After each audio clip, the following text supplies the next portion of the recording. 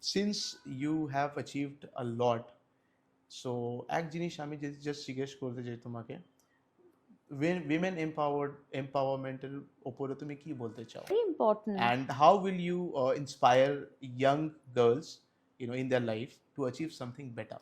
So please. দেখো, একটা সময় ছিল যখন কিন্তু শুধু ছেলে কেন্দ্রিক একটা সমাজ ছিল, Right, মানে right. ছেলেরাই সব করছে, Right. মেয়েরা শুধু ঘরে বসে হাউস ওয়াইফ হয়ে আছে। Correct. কিন্তু আজকে মেয়েরা বাইরে বেরিয়ে যা করতে পারে সেটা কিন্তু একটা ছেলে করতে পারে না। এবং মেয়েরা শুধুমাত্র বাইরে করছে না, বাড়ি সামলে হাজব্যান্ডকে দেখে বা তার ফ্যামিলিকে দেখে তারপরেও কিন্তু সে বাইরে গিয়ে কাজটা ভালোভাবে করছে।